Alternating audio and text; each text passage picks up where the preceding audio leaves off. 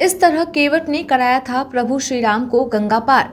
रामचरितमानस को पढ़ने पर उसमें उस समय का एक रोचक प्रसंग है जब श्री राम को 14 साल के लिए वनवास जाना पड़ता है। श्री राम अपनी पत्नी देवी सीता और भाई लक्ष्मण के साथ गंगा नदी के उस पार जाने के लिए नदी किनारे आकर केवट से कहते हैं।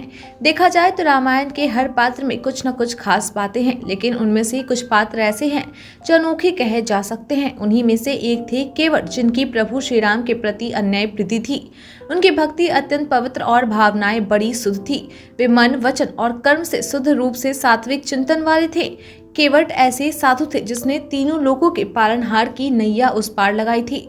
उस केवट का नाम था घोड़ाज निषाद। उन्हीं ने प्रभु श्री राम को गंगा के पार पहुंचाया था। आइए जानते हैं प्रभु श्री राम उनकी नाव से कैसे उस पार पहुंचे।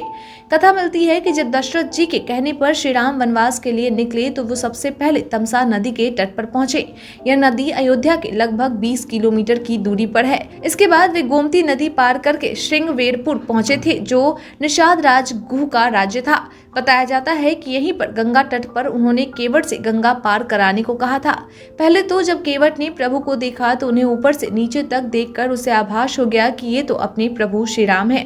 प्रभु उस समय केवट को गंगा पार जाने के लिए नाव लाने को कहते हैं। केवट नाव लाने में देर करता है और प्रभु से कहता है कि मैंने आपका रहस्य जान लिया है। लोग कहते हैं कि आपके चरणों की धूल एक जड़ी बूटी है, जिसके छूते ही पत्थर की शिला सुंदर स्त्री के रूप में बदल गई। वह तो शिला थी, लेकिन मेरी नाव तो काट की है। हे प्रभु, भले ही लक्ष्मण जी मुझ पर गुस्सा करे, लेकिन मैं तो आपके तभी उस पार ले जाऊंगा जब आपके पैर धो लूं। आपके चरण पखार करके ही मैं उस पार जाऊंगा। केवट के प्रेमपूर्ण वचनों को सुनकर दयामय प्रभु श्री रामचंद्र जी माता सीता और लक्ष्मण की ओर देखते हुए हंसे। श्री राम अपने चरण धुलाने के लिए सहर्ष तैयार हो गए। श्री राम से आदेश मिलने के बाद केवट ने जल से भरा पात्र लेकर आया और प्रेम से मग्न होकर अत्यंत श्रद्धा और निष्ठा के साथ भगवान के चरणों को धोने लगा। निषाद राज गुह ने श्री राम के चरणों को जी भर के धोने के बाद उन्हें अपनी नाव में सीता और लक्ष्मण के साथ बड़े आदर के साथ बैठाया। केवट ने प्रभु चरणों की चरणोदक को बड़ी श्रद्धा के साथ पी लिया और उस महान पुण्य के द्वारा अपने पितरों को भवसागर के उस पार पहुंचा दिया। फिर खुशी खुशी अपने प्रभु श्री राम को गंगा जी के उस पार ले गए। गंगा पार जाने के बाद सीता और लक्ष्मण सहित श्री राम नीचे उतरकर बालू की रेत में खड़े हो गए। तब केवट ने प्रभु को उतार कर उन्हें दंडवत किया।